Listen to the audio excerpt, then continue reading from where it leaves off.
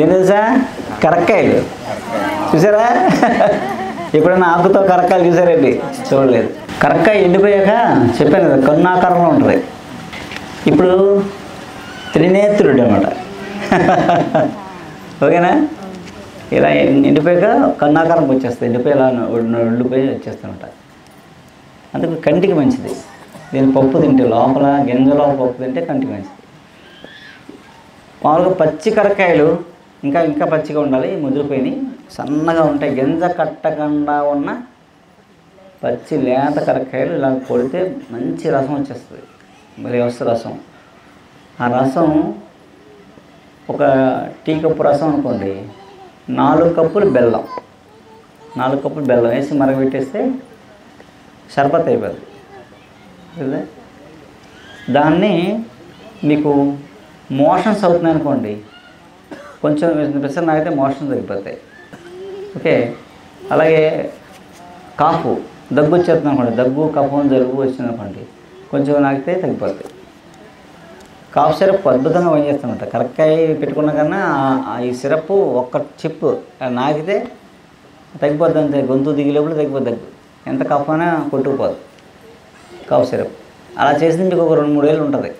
అలా చేసి పెట్టుకున్నది ఒక 2 ఏళ్ళు ఉంటుంది ఇంట్లో, పాడవదు. అలా వేసుకోవచ్చు, కాఫ్ తగ్గిపోద్ది. అలాగే రోజు తీసుకున్నారనుకోండి, తొందరగా తెల్ల వెంట్రుకలు రాకుండా ఉంటాయి. వచ్చాక ఏం చేయలేముండో.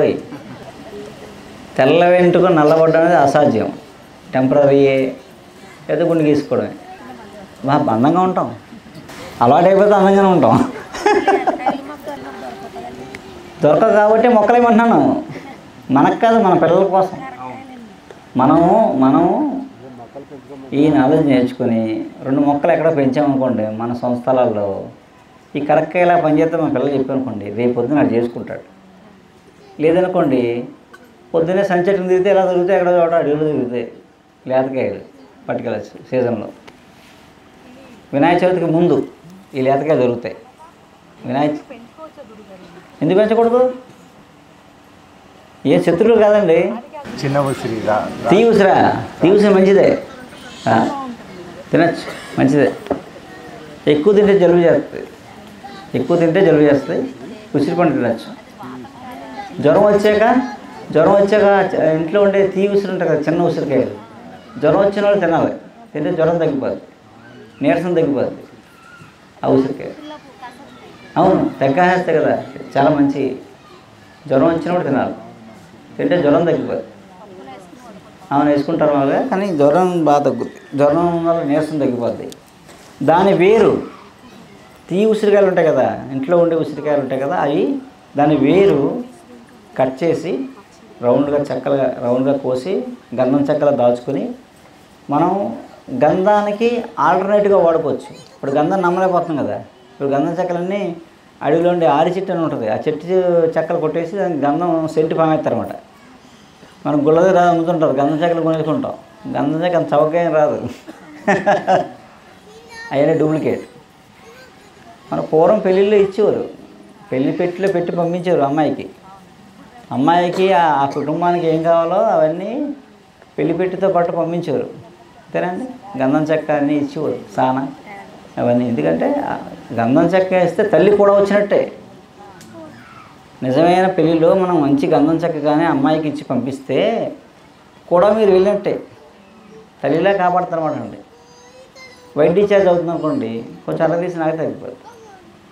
ఏదన్నా పొక్కులు వచ్చి ఎగ్గడ్డ వేస్తుంది అనుకోండి, గంధం వేస్తే పోతుంది. పిల్లలకి బాగా పొక్కులు వచ్చాయి అనుకోండి, వేడి చేసి పొక్కులు వచ్చాయి అనుకోండి, గంధం రాస్తే పోతుంది. ఉసిరి మీరు అలా వాడుకోవచ్చు. గంధానికి ఆల్టర్నేటివ్గా ఆ తీ ఉసిరి, చిన్న ఉసిరికాయలు ఇళ్ళల్లో ఉంటాయి కదా, ఆ ఉసిరికాయలు చెక్క వాడుకోవచ్చు. ఇంకోటి, మీకు పాము కుట్టినా, తేలు కుట్టినా, జరి కుట్టినా ఆ తీ ఉసిరి అరగదీసి రాస్తే తగ్గిపోతుంది.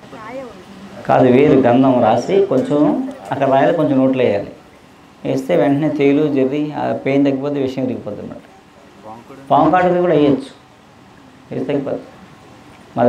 మా ఇంట్లో ఉండి ఇప్పుడు మీకు ఆ చెక్క మీకు 100 ఏళ్ళు ఉంచుకోవచ్చు ఇంట్లో, 100 సంవత్సరాలు దాని లైఫ్, 100 ఏళ్ళైనా పనిచేస్తుంది. నమస్కారం అండి, నా పేరు శ్రీవర్ధన్. మేము సిద్దిపేట నుంచి వస్తున్నాము. గత 4 నెలల నుంచి డాక్టర్ గారి దగ్గర మేము మెడిసిన్ తీసుకుంటున్నాము. నా ప్రాబ్లం ఏంటంటే నేను ఒక 4 మంత్స్ బ్యాక్ అంటే 4 to 5 మంత్స్ బ్యాక్ నేను ఫుడ్ సరిగ్గా తీసుకోక నాకు అనెమిక్ కండిషన్ వచ్చింది. అంటే ఆల్మోస్ట్ బ్లడ్ 7%కి వెళ్ళినాక తద్వారా దానివల్ల వచ్చే సైడ్ ఎఫెక్ట్స్ అనేవి బాగా వచ్చినాయి. అంటే ఒంట్లో హీట్ రావడం కానీ, తర్వాత అరిచేతులు కాళ్ళు స్వెట్ రావడం కానీ, తర్వాత ఇమ్యూన్ సిస్టమ్ వీక్ ఉండడం కానీ, ఇలాంటివి చాలా నాకు కాంప్లికేషన్స్ ఉంటే డాక్టర్ గారి దగ్గరకు వచ్చాక డాక్టర్ గారు ఒక 1.5 months 2 monthsకే నాకు రిజల్ట్ అనేది కనిపించింది. ఇప్పటికి కూడా నేను దాదాపు తీసుకొని 5 months అవుతుంది. మెడిసిన్ చాలా బాగా ఉందండి, ఎలాంటి సైడ్ ఎఫెక్ట్స్ లేకుండా చాలా మంచిగా. అందరికి ఒక అపోహ ఉంటుంది, ఆయుర్వేద మెడిసిన్ తీసుకోవాలంటే అందరు చాలా భయపడతారు. ఎందుకంటే అది సడన్గా ఒక్కొక్కరికి బాడీకి పడక బాగా హీట్ అయ్యి దానివల్ల సైడ్ ఎఫెక్ట్స్ వస్తాయని చాలా భయపడతారు. కానీ ఈ డాక్టర్ గారి దగ్గర మెడిసిన్ తీసుకుంటే మీ నిస్సంకోచంగా మీకు ఏ ప్రాబ్లం ఉన్నా, ఈవెన్ ఇదొక్కటేనే కాదు, మా పెద్దనాన్నగారి అబ్బాయి తను అంటే పుట్టినప్పుడు బాగానే ఉన్నారు. ఒక సర్టన్ ఏజ్ వచ్చినాక, ఒక 10 years వచ్చినాక తనకు ఫిట్స్ వచ్చి తన మెచ్యూరిటీ లెవెల్ అనేది ఆగిపోయింది. తను కూడా ఇప్పుడు మెడిసిన్ తీసుకుంటున్నాడు, తను బాగున్నారు. షుగర్ అయితే ఇంకా మా మామయ్య ఉన్నారు.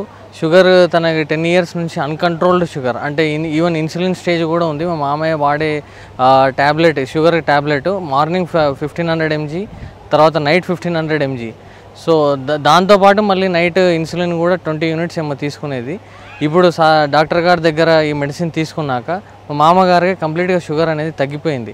అంటే ఇప్పుడు తను ఈవెన్ ఇప్పుడు రైస్ తింటున్నారు, స్వీట్స్ తింటున్నారు, తర్వాత కూల్ డ్రింక్స్ తాగుతున్నారు, స్ప్రైట్ కానీ థమ్స్అప్ కానీ అలాంటి ఎనర్జీ డ్రింక్స్ కానీ అన్నీ తాగుతున్నారు. ఎప్పుడు టెస్ట్ చేసుకున్నా కానీ డయాబెటిక్ అంటే ఫాస్టింగ్ బ్లడ్ షుగర్ కానీ, తర్వాత పోస్ట్ లంచ్ కానీ, తర్వాత HbA1c కానీ అన్నీ నార్మలే ఉంటున్నాయి. అంటే ఇప్పుడు మనకు నార్మల్ పర్సన్స్కి ఎట్లా ఉన్నామో అలా వస్తుంది షుగర్ కూడా.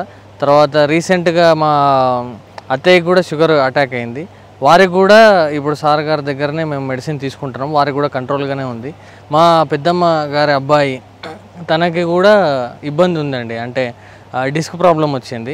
డిస్క్ ప్రాబ్లం ఎంతోమంది దగ్గరికి వెళ్ళినరు, అపోలోకి వెళ్ళినరు, తర్వాత మ్యాక్స్ క్యూర్కి వెళ్ళినరు, తిరగని హాస్పిటల్ అంటూ లేదనుకోండి. మల్టీ స్పెషాలిటీ, సూపర్ స్పెషాలిటీ అన్ని హాస్పిటల్స్కి వెళ్ళినరు. వాళ్ళు ఒకటే చెప్పారు, అంటే డిస్క్ ఒకటి పోయింది, ఒకసారి పోయింది, మళ్ళీ ఆ సెట్ కావడం కాదు, ఆపరేషన్ అనేది కంపల్సరీ చేయాలి అని చెప్పారు. కానీ డాక్టర్ గారి దగ్గరకు వచ్చాక ఒక 1 month మెడిసిన్ వాడారు. ఇప్పుడు తను ఇంతకుముందు ఎలా అంటే బాగా అంటే కుంగిపోయి, అంటే మనిషికి బాగా వెన్నుపూస నొప్పి లేస్తే మనం కిందికి వంగి నడుస్తాం చూడండి, అలా నడిచేది. కానీ ఇప్పుడు అలా లేదండి, తన పరిస్థితి కంప్లీట్గా మారిపోయింది. తను మంచిగా హ్యాపీగా నడుస్తున్నారు, బరువులు లిఫ్ట్ చేస్తున్నారు, వెహికల్ 2-wheeler నడుపుతున్నారు, కార్ నడుపుతున్నారు, తనకు ఎలాంటి ఇబ్బంది లేదండి. డాక్టర్ గారు మెడిసిన్ తిన్నాక ఇప్పుడు నా సొంతంగా మా ఫ్యామిలీ నుంచి ఒక 25 members దాకా నేను తీసుకొని వచ్చాను. డాక్టర్ గారి దగ్గర చూపించాను, వారికి అందరికీ నయమైంది. మీరు కూడా డాక్టర్ గారి దగ్గరకు వచ్చి ఇలాంటి మెడిసిన్స్ తీసుకొని మీరు కూడా పరిపూర్ణంగా ఆరోగ్యాలతోటి ఐశ్వర్య అభివృద్ధి అర్థంతో మంచిగా శతాయుష్గా ఉండాలని నేను కోరుకుంటున్నాను. ధన్యవాదాలు.